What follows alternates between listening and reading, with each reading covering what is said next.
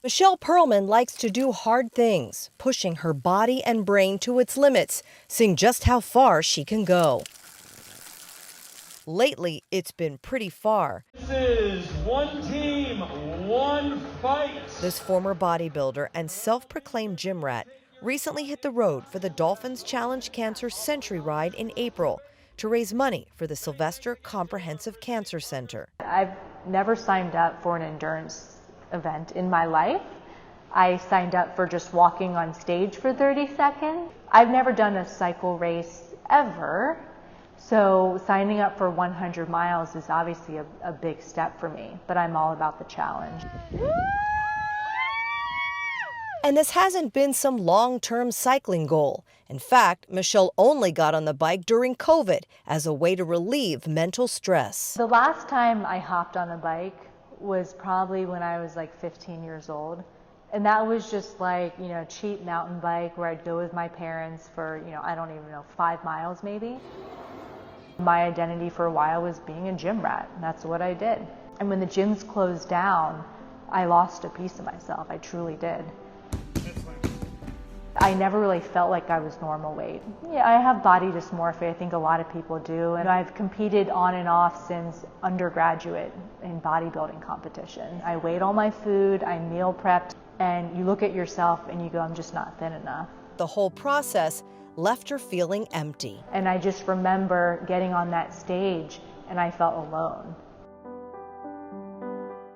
And that's kind of where the biking thing has really helped kind of now with my mental state is I'm not working towards getting that six-pack or getting towards a certain body fat percentage. I'm working for more performance and not aesthetics. And it was a social media connection that helped Michelle reconnect with herself and discover cycling in the first place. I started chatting back and forth with Dennis because I would see him and his wife post all their pictures and videos on their bike. And I remember sending him a bunch of messages being like, I need a bike stat. Where can I get a bike and what kind of bike can I get? I started like telling her, get this bike or whatever. And she started sending pictures of bikes that she's looking at. And so that's a nice bike. Like Michelle, 60-year-old Dennis Hernandez was in a similar situation, looking for a way out during COVID. That's when he and wife Carmen took to the streets, first on bikes, then on motorcycles. With the pandemic, that you had to be locked in your house, for us, cycling was a way to get out of the house too, without being exposed to anybody. But Dennis was also on the bike for different reasons. After losing his brother and younger sister within months of each other, his eating and weight spiraled out of control. It was hard. I still have my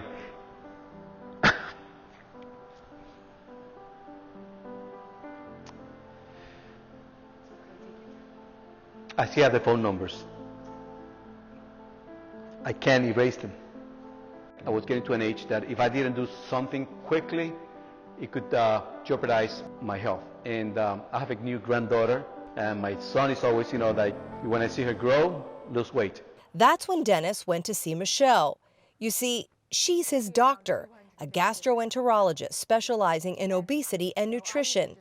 It was Dr. Pearlman who helped Dennis get on the road to healthy eating. I drank Diet Coke every day, and I had some really bad habits. Michelle taught Dennis how to meal prep and make good choices, down to what he put in his coffee every morning. You can kind of tell which patients you meet are going to be the ones that just fly. And Dennis was one of those people. And I tell people all the time that their success is my success. I got upset because she tells me, are you photoshopping those pictures? I said, really? So the next appointment I went in person. I brought my size 46 pants. Being able to have this communication with a doctor that transcends, what a doctor-patient relationship is, has been great. Michelle agrees and credits Dennis with inspiring her to try something new that's changed her life in a meaningful way. So he helped me get the bike, and then that was my saving grace. Getting on that bike and just being alone and outside with nature. I'd never done that before. I would just be around the iron at the gym and lift some dumbbells. And so it just put me in a completely different mindset. I was on stage, I was in a tiny bikini. I may have looked my best, but mentally I didn't feel my best. But this time, it's different. Today, there's so much energy in the air. Kind of everyone is doing this for the same cause. We're trying to challenge cancer. I feel amazing. I can't feel my butt. I can't feel my legs. But my heart's pumping.